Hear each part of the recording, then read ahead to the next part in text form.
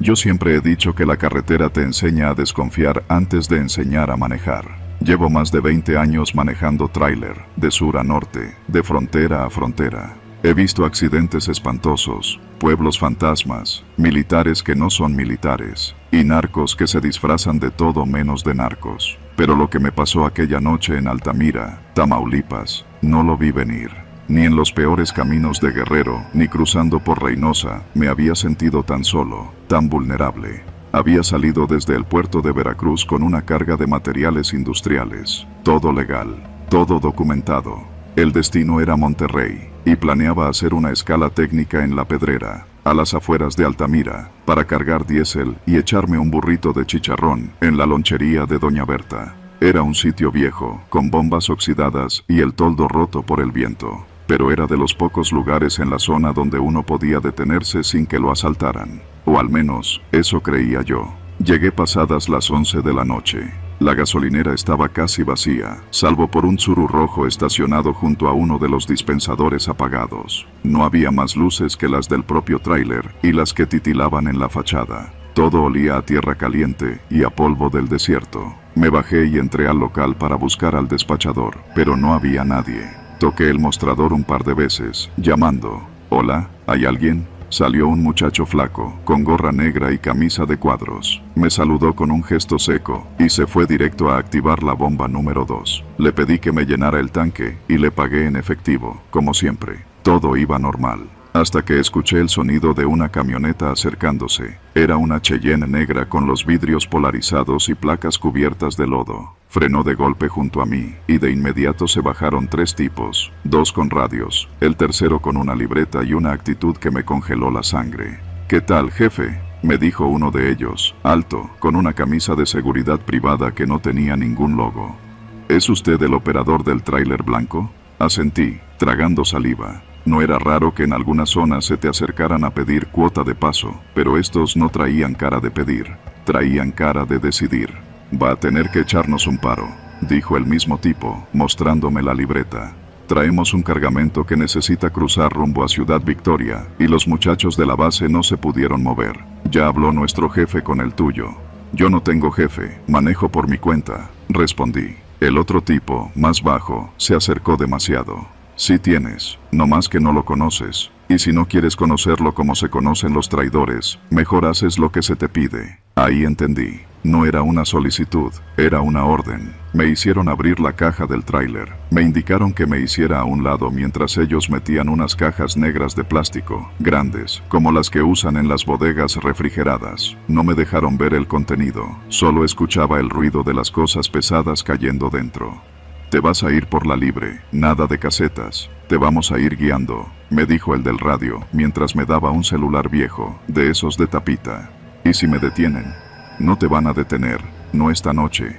Cuando acabaron de cargar, uno de ellos se subió conmigo al tráiler. Era un muchacho moreno, callado, que se presentó como el ñoño. No tendría más de 20 años, pero traía una Glock en la cintura y una mirada que no necesitaba más preguntas. Arranqué el motor, temblando por dentro, fingiendo calma por fuera. Salimos de La Pedrera sin luces, solo con las bajas, siguiendo un camino que se alejaba de la autopista y se internaba por brechas maltratadas por la lluvia. Cada vez que pensaba en detenerme, me acordaba del arma. Cada vez que pensaba en escapar, me imaginaba mi foto en una narcomanta. Durante la primera hora, el ñoño no habló, solo respondía con monosílabos. «¿Qué traen esas cajas?», pregunté una vez, más por impulso que por coraje.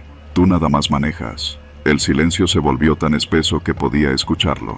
Pasamos por 3 retenes falsos. En todos, hombres armados salían de entre los matorrales y nos hacían señas. El ñoño sacaba la cabeza por la ventanilla y gritaba un nombre. En todos lo dejaban pasar sin inspección.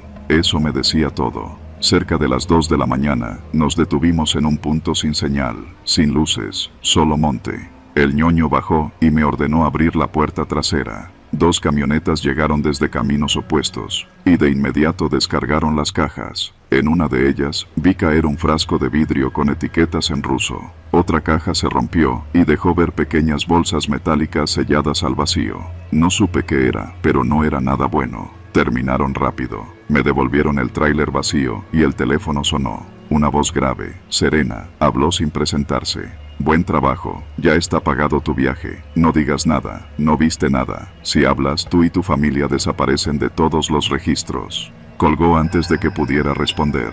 El ñoño me lanzó una sonrisa sarcástica y se bajó sin despedirse. Caminó hacia una brecha sin mirar atrás. Volví al volante y empecé a conducir hacia el norte. Las piernas me temblaban tanto que por poco me estrello con una zanja. Cuando llegué a un parador de tráileres en González, me encerré en la cabina. No dormí en toda la madrugada. Solo pensaba en las placas falsas, en las cajas selladas, en los ojos vacíos del ñoño. El lunes siguiente me contactó el dueño de una bodega en Monterrey. Me preguntó por qué había apagado el GPS del tráiler durante más de 4 horas. Le mentí. Le dije que fue una falla técnica. Desde entonces, no regreso a Altamira. No paso por La Pedrera. Borro el nombre de esa gasolinera de mis rutas. Y aunque nadie más lo sepa, yo sé que en ese tramo de carretera hay algo peor que fantasmas. Hay hombres vivos que no necesitan esconderse en las sombras para desaparecerte.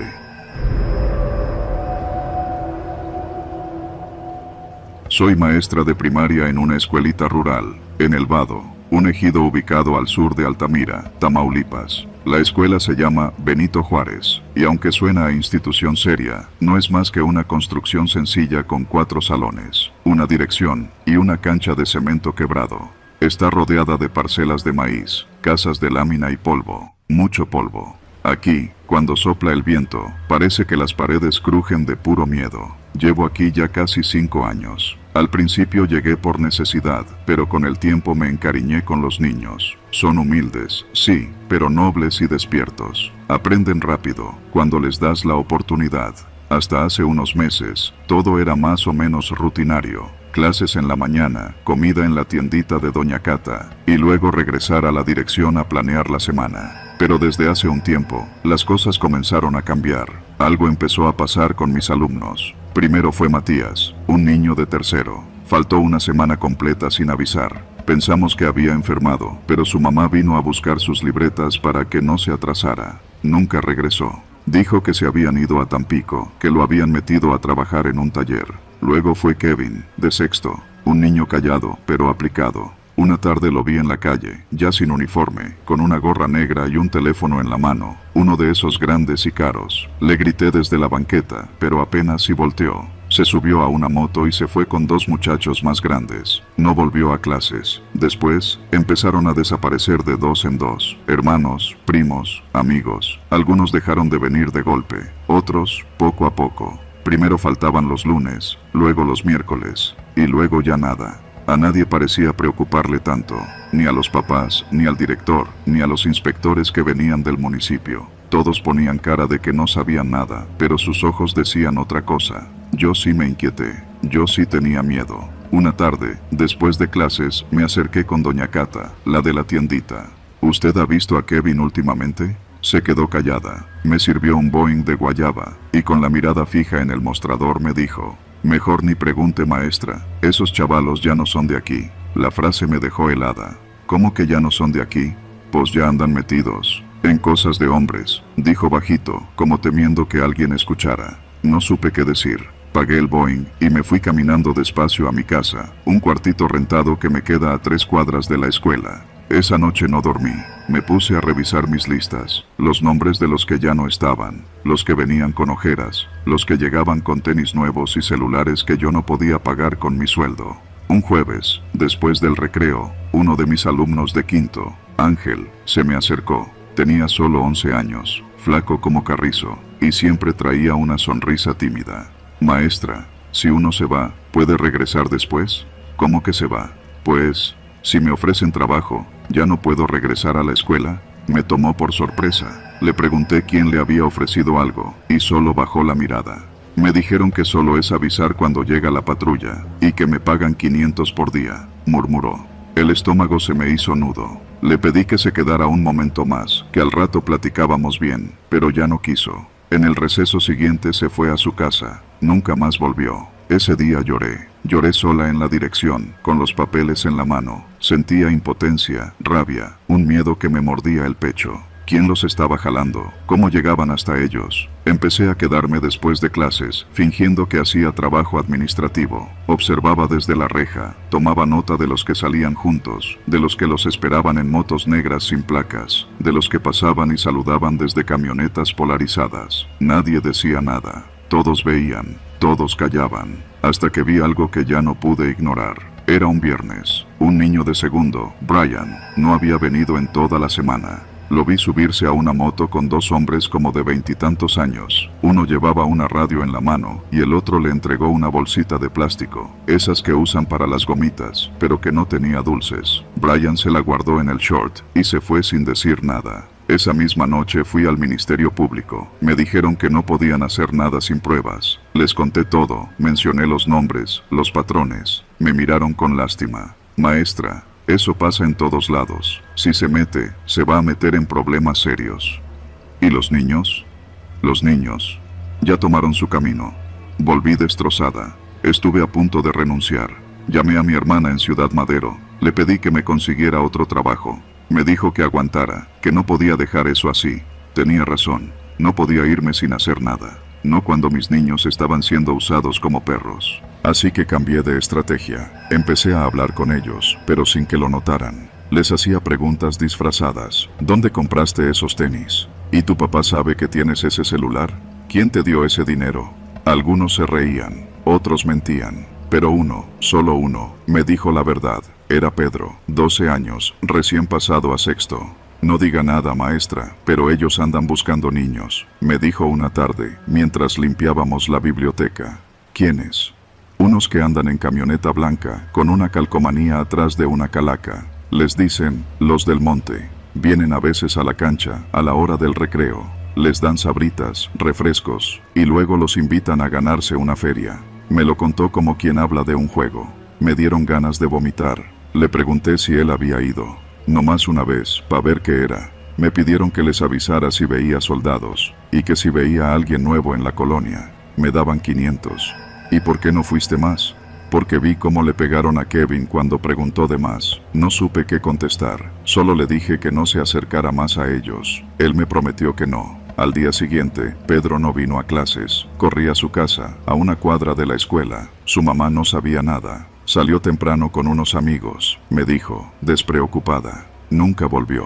Ya no tuve fuerza para llorar. Esa fue la última vez que traté de hacer algo por cuenta propia. Semanas después, un operativo federal detuvo a 2 adultos con varios menores de edad en una brecha entre El Vado y Estación Colonia. Los identificaron como parte de una célula delictiva que reclutaba menores para funciones de halconeo. Lo supe por una nota en internet, porque nadie en el pueblo dijo una palabra. La escuela sigue abierta. Yo sigo dando clases. A veces me pregunto si estoy haciendo algo útil. A veces los niños me miran como si supieran que sé, pero que no haré nada. Y tienen razón. No puedo hacer nada. No aquí. Pero escribo esto, porque quiero que alguien lo sepa. Que allá afuera no crean que desaparecieron por accidente, o que se fueron con su familia. No. Se los llevaron, los usaron, los corrompieron con lo único que sabían que iban a aceptar. Un billete, una promesa, una mochila nueva. En El Vado, los niños ya no sueñan con ser doctores o futbolistas. Aquí, si no tienes miedo, terminas en una moto, con una radio, esperando ver pasar la patrulla.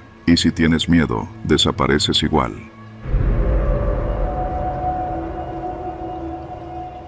No soy de aquí. Apenas llevaba 4 meses viviendo en Altamira cuando me metí de lleno a trabajar como conductor de aplicación. La ciudad es tranquila, calurosa casi todo el año, y con eso de que está pegada a Tampico y Madero, siempre hay movimiento. Al principio me sentía raro, como forastero, pero uno se acostumbra, hasta que llega una noche que te recuerda que no todo lo que parece normal lo es. Eran casi las 11 cuando terminé un viaje desde el centro hasta un fraccionamiento de esos nuevos por Monte Alto. Ya iba de regreso a casa. El aire acondicionado del coche ya no podía con el bochorno, y yo tenía una chela bien fría esperándome en el refri.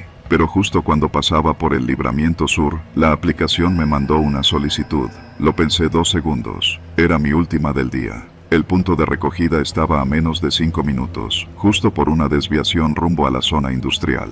Acepté. La ubicación marcaba un punto medio entre la nada y unos terrenos baldíos. Pensé que el cliente había de estar saliendo de alguna bodega o algo por el estilo. Cuando llegué al lugar, no vi ninguna construcción, solo una pick-up blanca atravesada a medio carril y dos hombres con chalecos fluorescentes y gorras negras con letras bordadas. FGE. Uno de ellos me hizo señas con una lámpara. Bajé el vidrio solo un poco. Buenas noches, jefe, ¿qué onda? ¿Algún problema? Pregunté. El tipo se acercó. Revisión de rutina. ¿Puedes bajar tantito, por favor? Me bajé. No vi placas oficiales ni patrulla, solo la pick-up y ellos. El segundo sujeto se quedó atrás, como vigilando. Yo ya tenía esa sensación de que algo no cuadraba. La voz del primero era cortante, sin acento, sin prisa. Me pidió la licencia, revisó mi cajuela, abrió las puertas traseras del carro. Todo muy profesional, pero sin un solo logo real.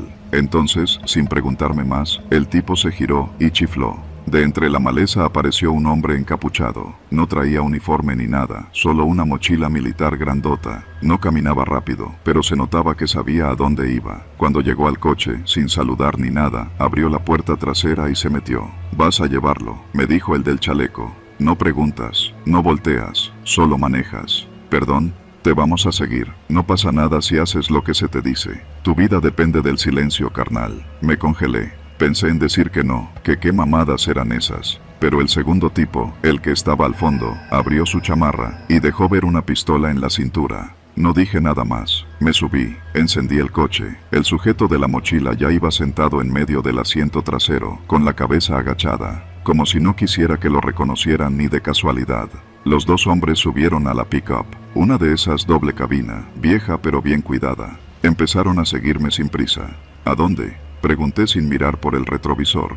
«Tú sigue derecho por el libramiento, yo te digo cuándo doblar». La voz del tipo era gruesa, sin prisa, con un tono de alguien acostumbrado a que lo escuchen sin cuestionarlo. Yo no respondí. Manejé. La carretera estaba vacía, oscura. Solo las luces rojas de la pick-up detrás y las blancas del coche iluminando el asfalto. A los costados, monte, pasto alto, algunos árboles flacos. Ni un alma. El tipo no decía nada. No se movía, solo traía esa mochila en las piernas, grande, pesada. En una curva, la mochila se deslizó un poco hacia un lado, y pude ver que iba medio abierta. Vi un borde metálico, negro, pesado. Me hizo pensar en algo que no quería pensar. Tragué saliva. Seguí manejando. A los pocos minutos, el tipo habló. «En el retorno, das vuelta y te metes hacia la brecha. Hay un camino, no te vayas a pasar». Lo vi desde lejos, un camino de tierra apenas visible entre dos montones de piedra, ni rastro de pavimento. Apenas metí las llantas ahí, la suspensión crujió, la pick-up se detuvo al inicio de la brecha, ya no nos seguían. Ahora era solo yo, mi coche, y ese tipo que no dejaba de mirar al frente como si conociera el trayecto de memoria. Sigue hasta el final, no hay forma de perderse.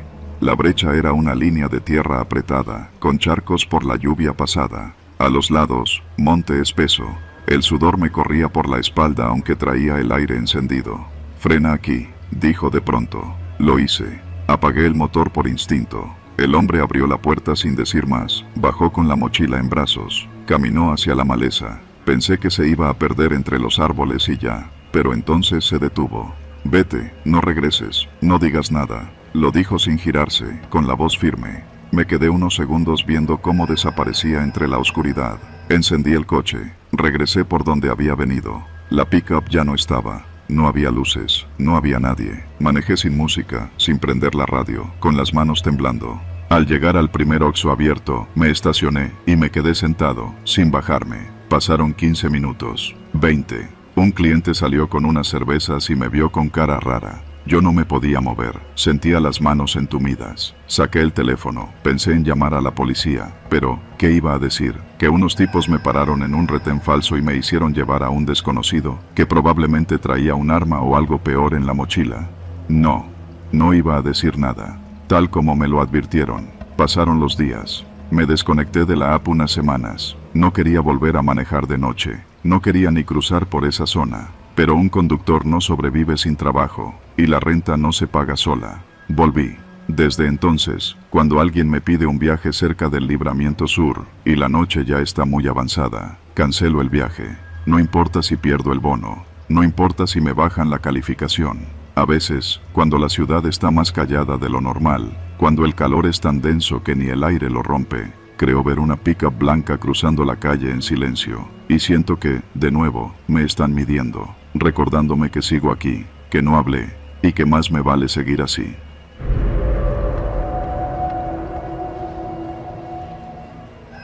Nunca pensé que algo tan simple como una videollamada nocturna pudiera marcar la línea entre la vida normal y una realidad que preferiría nunca haber conocido. Mi nombre es Iván, tengo 26 años y nací en Tampico, aunque ahora vivo en Ciudad Madero. Mi primo Víctor, que es más como un hermano, venía cada verano desde Monterrey a pasar unos días en la playa Miramar. Era ya una tradición. Ese julio llegó con 2 amigos, Esteban y Memo. Los 3 rentaron una casa en Altamira, a unos minutos de la playa, por la zona de la colonia Miramar Norte, cerca del ejido El Contadero. Me enviaron fotos el primer día. Era una casa grande, algo antigua, de esas con ventanales amplios y rejas oxidadas. Según Víctor, estaba baratísima por estar algo alejada y sin muchas casas vecinas. Privacidad total, primo, me dijo, riéndose. La noche del viernes recibí una videollamada. Eran casi las 11. Yo estaba acostado viendo videos en el celular. Contesté sin pensarlo.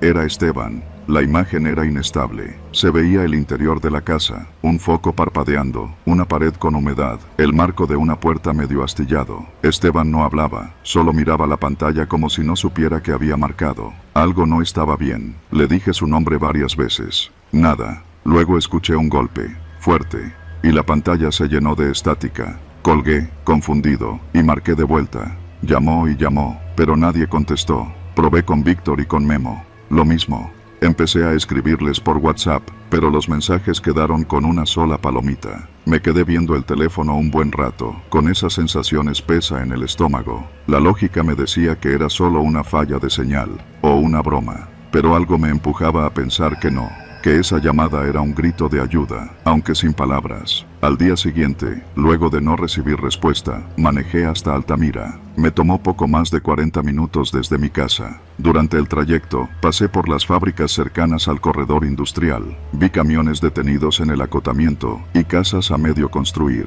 Era temprano, pero el sol ya pegaba con todo. La casa estaba ubicada en una calle polvorienta, sin pavimentar. A un lado había una bodega abandonada, y del otro, una casa deshabitada, con el portón caído. La fachada era más deteriorada de lo que las fotos mostraban. Pintura descascarada, maleza creciendo por los costados, y un silencio incómodo, como si el viento evitara pasar por ahí. Toqué la reja. Nada. Volví a tocar y grité sus nombres. Nadie contestó.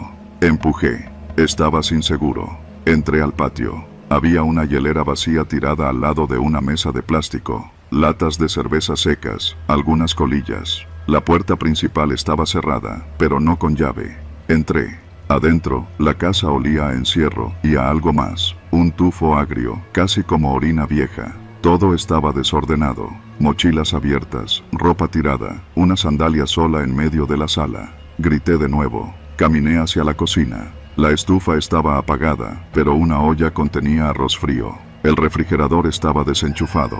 Fui al cuarto principal. Las camas estaban tendidas a medias, como si alguien se hubiera levantado a mitad de la noche. Sobre un buró encontré el celular de Víctor, sin señal. Tenía el vidrio estrellado. Me invadió el pánico. Comencé a registrar toda la casa, pero no había ni rastro de ellos, ni siquiera sus carteras. Llamé a la policía desde mi propio celular. Llegaron en poco menos de una hora. 2 patrullas. Me hicieron muchas preguntas. Revisaron la casa. Luego me dijeron algo que me dejó frío. No era la primera vez que alguien reportaba desapariciones relacionadas con esa zona. Según uno de los agentes, hacía unos meses una pareja de jóvenes de Reynosa también había desaparecido tras rentar una casa similar. Esa noche no dormí. Busqué la propiedad en redes, en sitios de renta, hasta que di con un anuncio antiguo en una página informal. Contacté al supuesto dueño. Lo llamé. Me contestó un hombre con acento del norte, voz seca. ¿Usted rentó la casa cerca de Miramar?,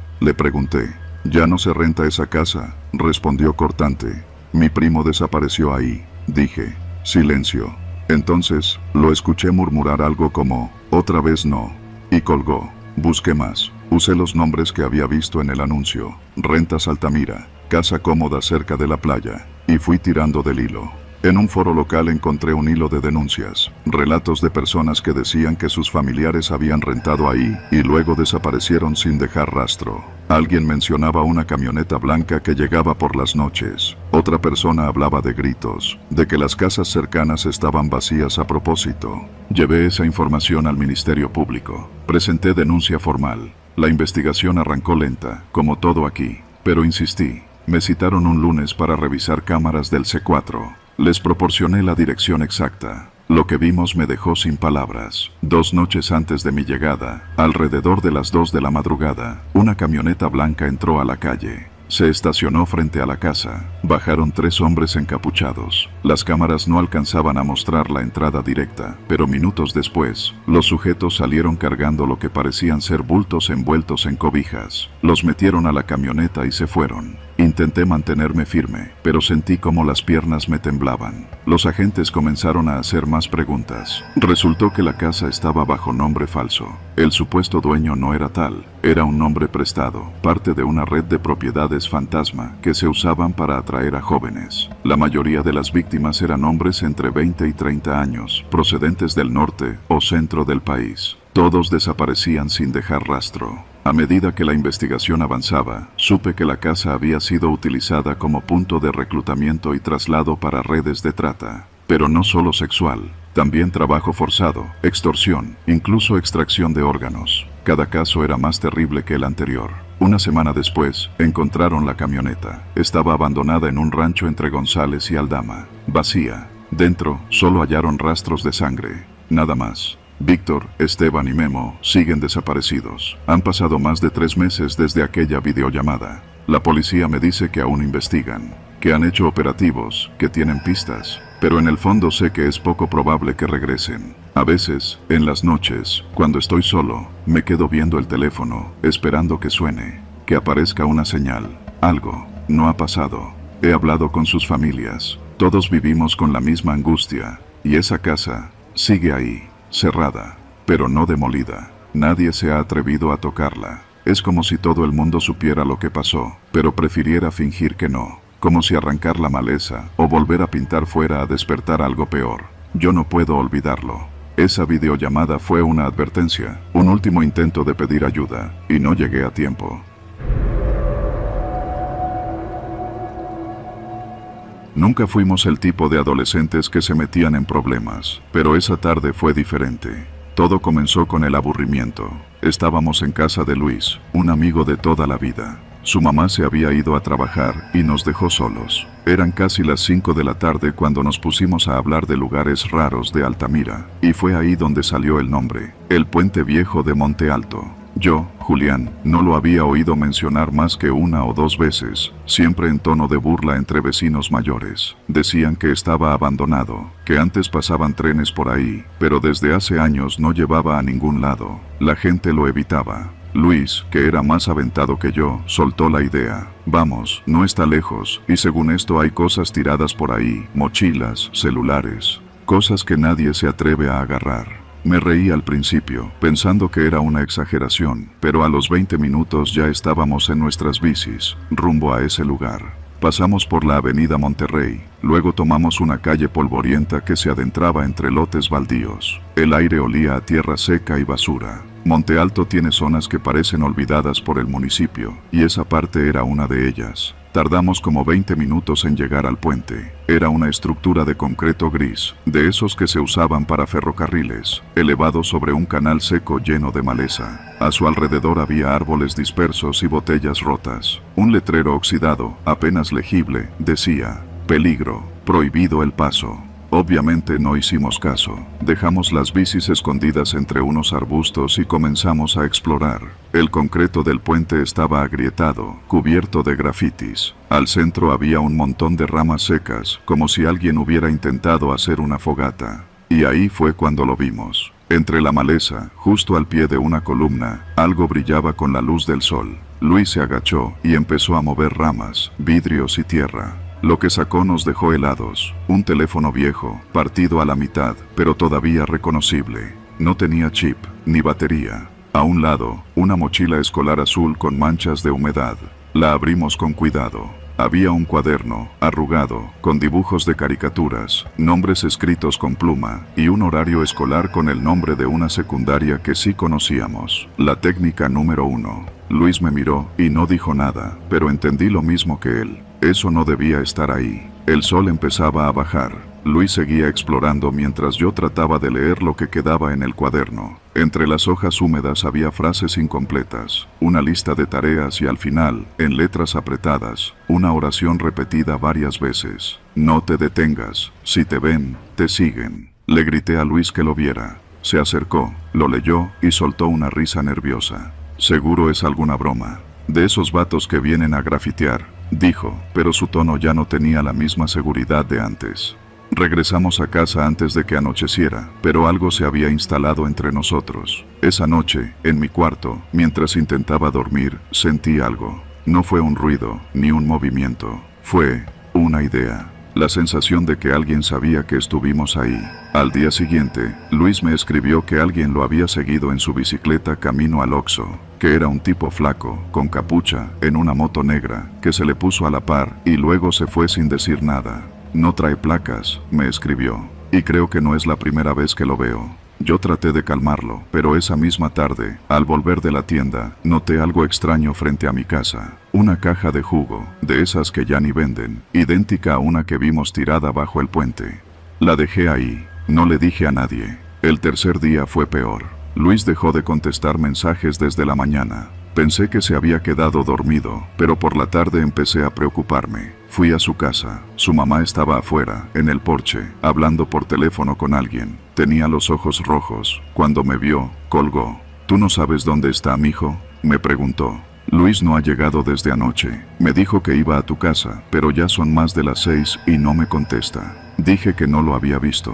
Mentí, porque sí sabía lo que había pasado, o al menos tenía una idea. Corrí a casa y busqué el cuaderno. Estaba donde lo había dejado, entre mi mochila escolar. Lo abrí otra vez, buscando respuestas. En la última hoja, la que no había notado antes, estaba escrita una dirección. Keome 8, carretera al Ejido Santa Amalia. No era lejos. Subí a mi bici y salí. Esa parte del ejido es un terreno baldío. No hay casas, solo árboles bajos y montones de escombro. Cuando llegué, me bajé y caminé con la bici a mi lado. Escuchaba mi propia respiración, pesada. Me repetía que solo iba a buscar algo, una pista. En medio del terreno, vi una fogata reciente.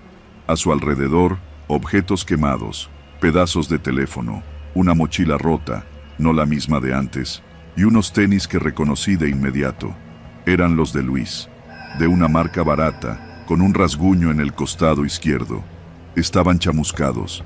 Mi garganta se cerró. Sentí una presión en el pecho que no era miedo, era ira. Me agaché, tratando de entender qué había pasado, y entonces lo escuché. Una moto. Giré la cabeza. A lo lejos, entre el polvo del camino, vi una figura sobre una moto negra. No llevaba casco. No podía ver su rostro, pero sabía que me estaba mirando. Tomé la bici y huí. No miré atrás. Sentí la vibración del motor durante cuadras, como si me siguiera, pero no me alcanzó. Esa noche no dormí. Cada sombra me parecía una amenaza. Cada sonido era un motor encendiéndose. Decidí hablar con la policía al día siguiente, pero cuando lo hice, no les importó. Dijeron que Luis seguramente se fue con amigos, que ya va a aparecer. Pasaron 3 semanas. Luis nunca regresó. Yo tampoco volví a ese puente, pero cada vez que paso cerca de Monte Alto, siento que alguien me observa. En la escuela dejaron su lugar vacío. Su mamá dejó de salir al porche, y yo dejé de dormir bien. Lo peor fue una noche, hace poco, cuando regresaba en taxi de casa de mi tía. Al pasar por un cruce oscuro, vi una moto negra estacionada junto a una barda. Encima, un hombre que no se movía, solo miraba. El chofer no lo vio, pero yo sí, porque estaba justo debajo de una luminaria rota, como si supiera dónde pararse para que solo yo lo notara. Desde entonces, vivo con la certeza de que me dejó vivir solo porque no lo desafié, porque corrí, pero sé que si hablo más de la cuenta, si intento regresar, no voy a tener una segunda oportunidad, y no pienso averiguarlo, nunca más.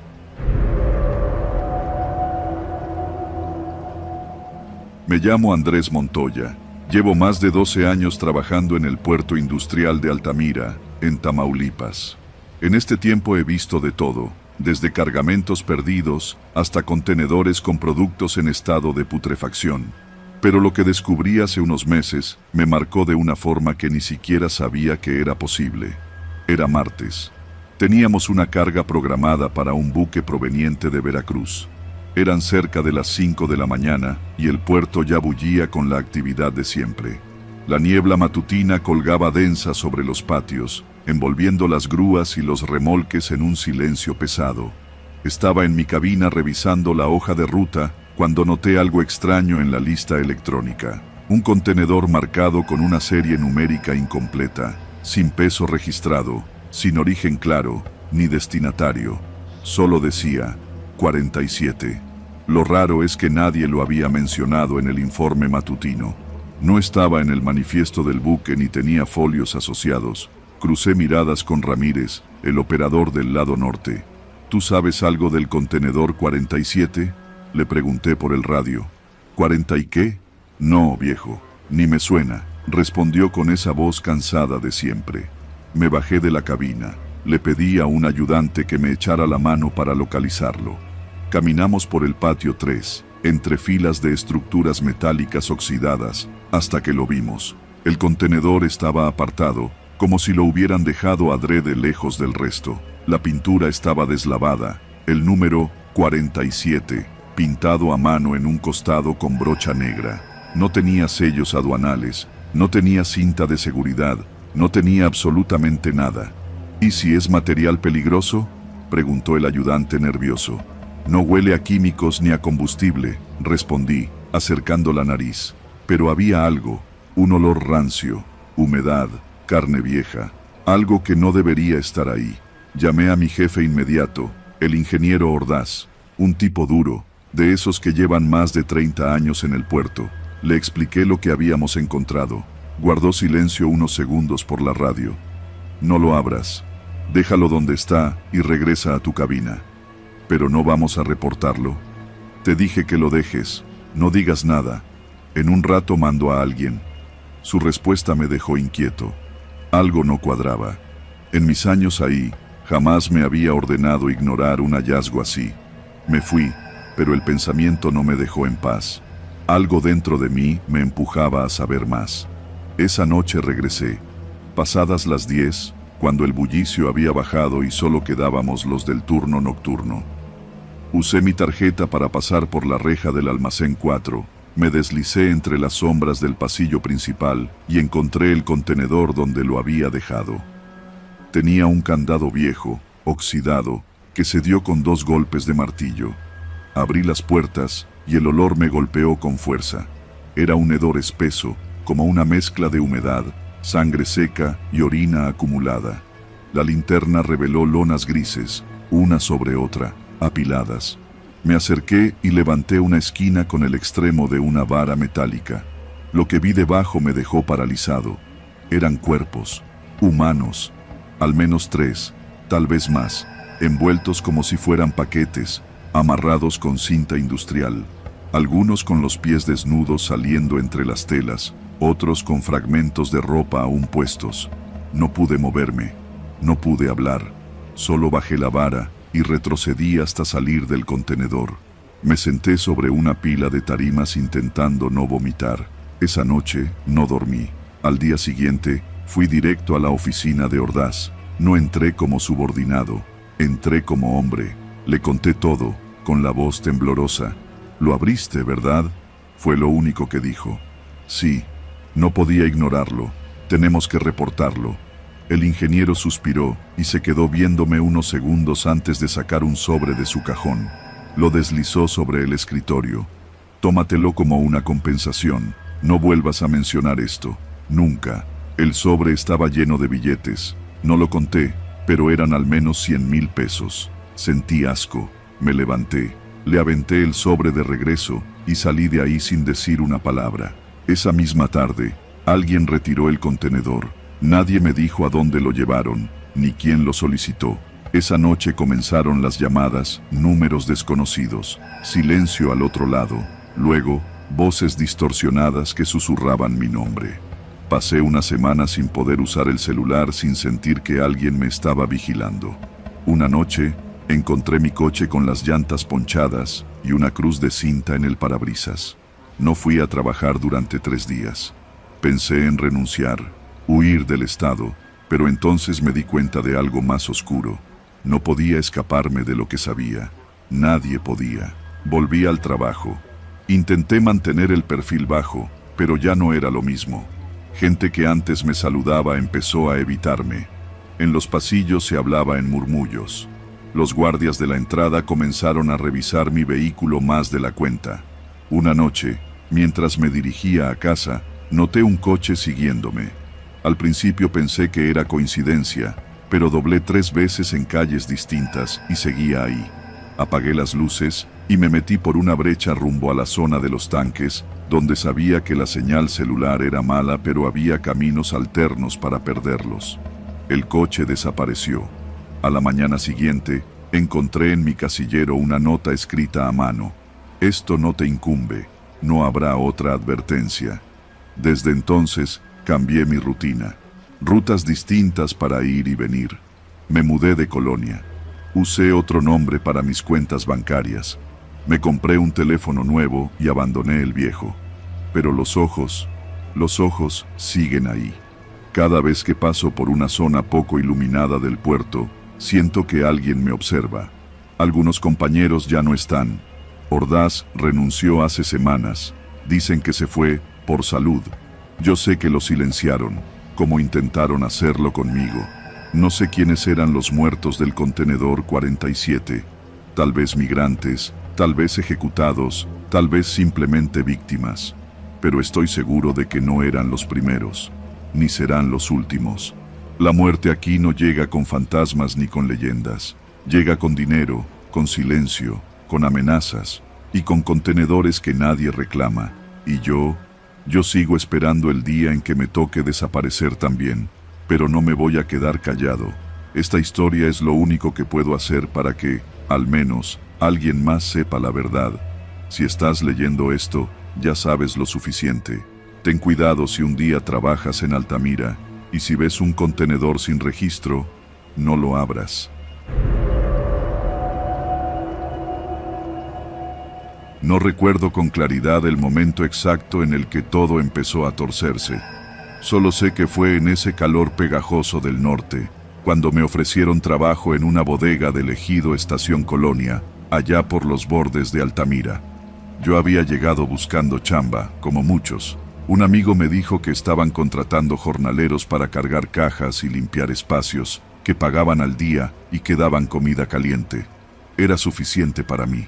El patrón se llamaba Don Nicolás. Era seco, formal, de esos hombres que siempre parecen estar mirando por encima del hombro. Nos recibió en la entrada de la bodega un lunes a primera hora. Éramos 5 los nuevos. Nos formaron, nos pasaron una identificación improvisada con un código QR y nos advirtieron que no podíamos usar el celular en horario de trabajo. Aquí hay cámaras por todos lados, no se vale tomar fotos ni grabar nada. 0 redes, ¿entendido? Todos asentimos. Yo no tenía nada que ocultar. Lo único que quería era trabajar, ganar algo de dinero y tal vez mandar un poco a mi mamá, allá en Mante. La bodega era una nave grande, con techos de lámina y una docena de cámaras visibles apuntando en todas direcciones. Las cajas estaban etiquetadas con códigos alfanuméricos, nada raro en teoría, aunque algunos de los paquetes parecían demasiado pesados para lo que decían contener: archivos contables, refacciones, libros técnicos. Uno se imaginaría otra cosa por el peso que tenían. Las primeras 2 semanas fueron monótonas: trabajo físico, órdenes secas, poca interacción. Me asignaron el área de almacenaje sur, junto con un tipo que decían el Chivo, un moreno callado que no hablaba casi nada.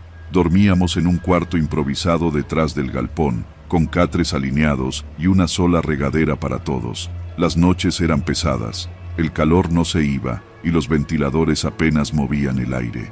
Una madrugada, después de una tormenta, escuché pasos en el techo de la bodega. Pensé que eran mapaches o algún animal, pero los pasos eran demasiado pesados, rítmicos. Al día siguiente, uno de los compañeros, Arturo, no bajó al desayuno. El patrón dijo que se había ido sin avisar. A ninguno nos pareció raro. Estábamos acostumbrados a ver gente llegar y desaparecer de un día a otro. Así era el trabajo de jornalero. Las cosas cambiaron cuando me pasaron a limpieza.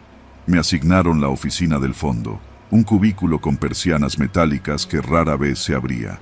Tenía que pasar el trapeador, recoger papeles y asegurarme de que todo quedara intacto, según don Nicolás. Un día, limpiando un archivo, encontré una hoja suelta tirada detrás de una silla. Estaba arrugada, pero tenía mi nombre completo. Lo reconocí al instante: Sergio Armando de León Pérez. Abajo, decía en mayúsculas: candidato a proyecto sustitutivo, clave Alfex 70 y 2B. No entendí nada. Guardé la hoja en el pantalón. Esa misma noche, mientras los demás jugaban dominó afuera, me escabullí de nuevo a la oficina. Forcé el cajón de un escritorio y encontré un folder con copias de identificaciones oficiales, credenciales de elector, licencias, pasaportes. Casi todas eran de los compañeros que habían trabajado allí. Algunos ya no estaban. Entre ellas estaba la mía. También había unas hojas firmadas. Reconocí las firmas de dos tipos que yo había visto irse sin despedirse. Los documentos eran cartas de renuncia, o eso parecía, pero tenían errores grotescos, fechas cruzadas, domicilios falsos y una firma que claramente era una imitación. Entonces me di cuenta. Estaban fabricando renuncias para justificar su desaparición. Y luego noté algo más. La carpeta también contenía fotografías nuestras, tomadas desde ángulos que jamás percibimos. Algunas en la regadera, otras en la bodega, incluso una de mí comiendo en el patio. Todas eran impresas, a color, y fechadas. Regresé al catre esa noche con un sabor metálico en la boca. Me costó dormir. A la mañana siguiente, antes de que saliera el sol, escuché al chivo murmurando por teléfono: sí, ya lo tienen listo. El que encontraron en la central, el que no tiene familia cerca. Sí, ese. Me quedé inmóvil. Sabía que hablaban de mí. Fingí enfermedad para evitar trabajar ese día. Me escondí en los baños hasta que vi que don Nicolás se fue en su camioneta. Tomé el folder con mis documentos y escapé por la parte trasera de la bodega, bordeando el canal que va rumbo a la laguna del Champayán. Caminé sin rumbo, con la cabeza dándome vueltas. ¿Qué era ese proyecto sustituto?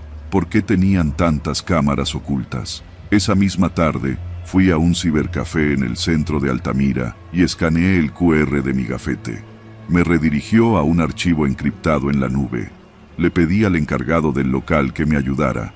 Logró descifrar un poco.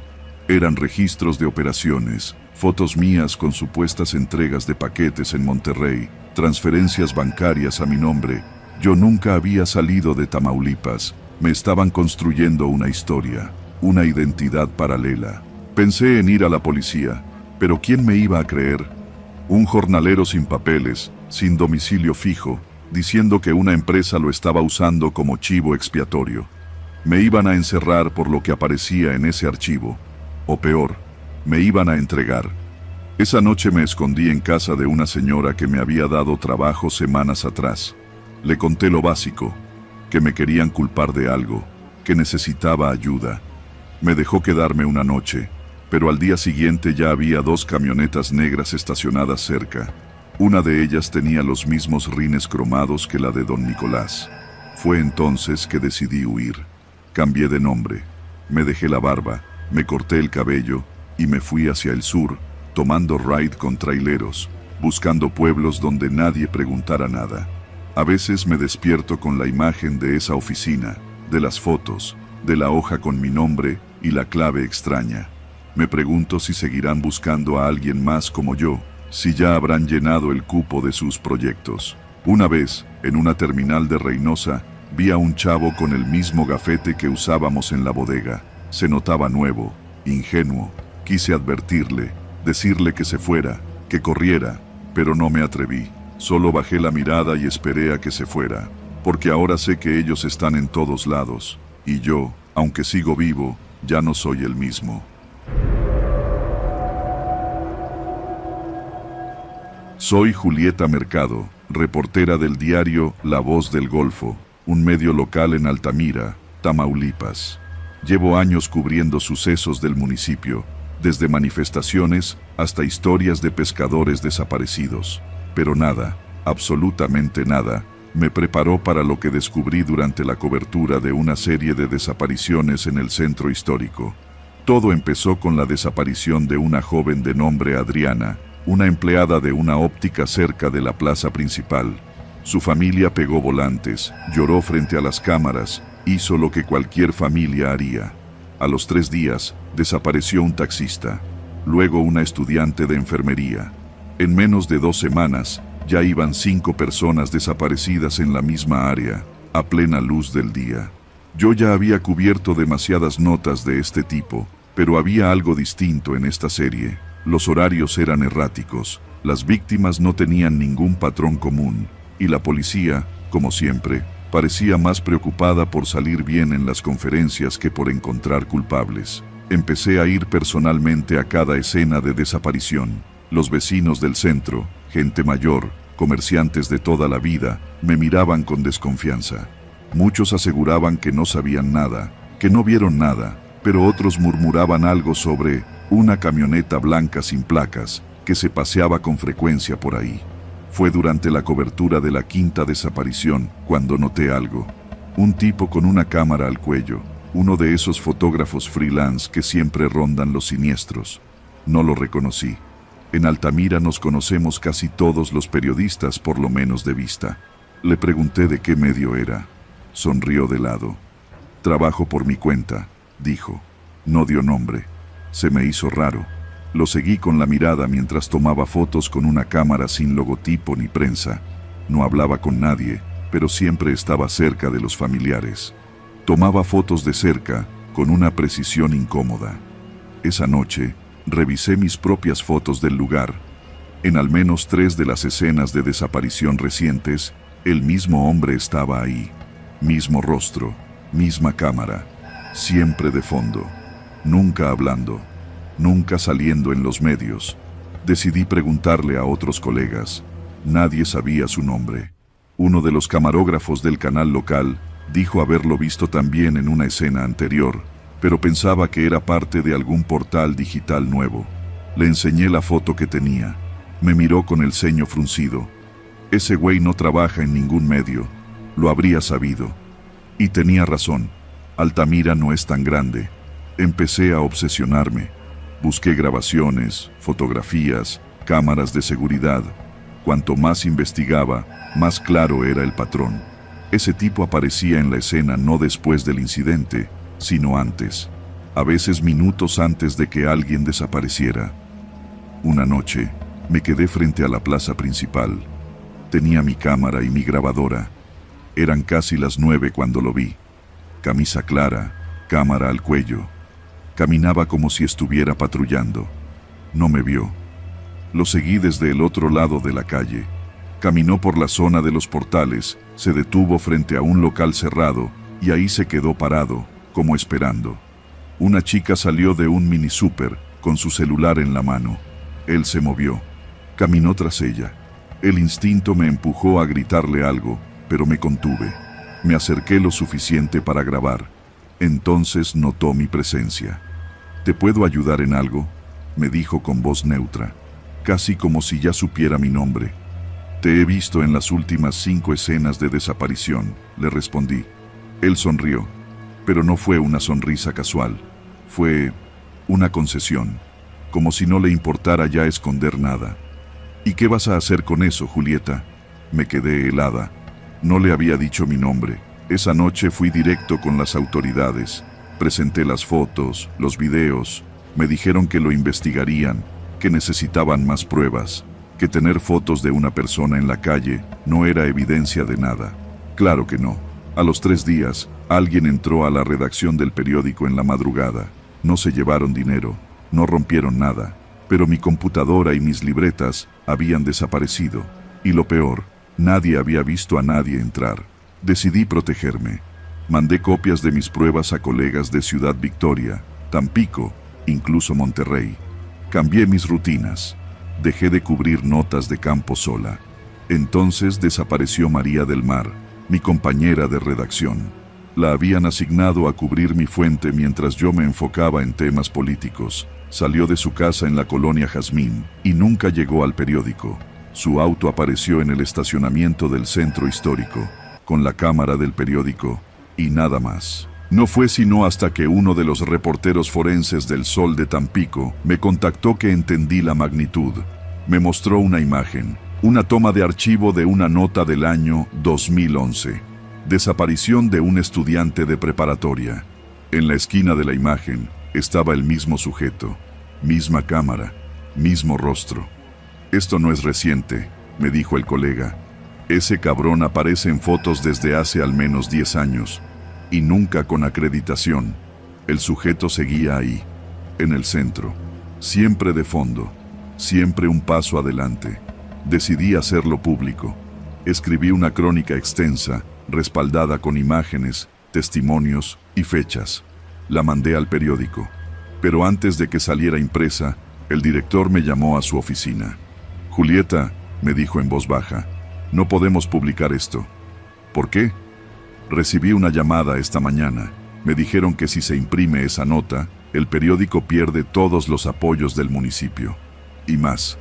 La frustración me rompió por dentro, pero no me detuve. Contacté a una periodista de pie de página y otra de Animal Político. Les pasé todo. Me pidieron un par de días para verificar la información. Acepté. Esa noche, volví a ver al hombre de la cámara.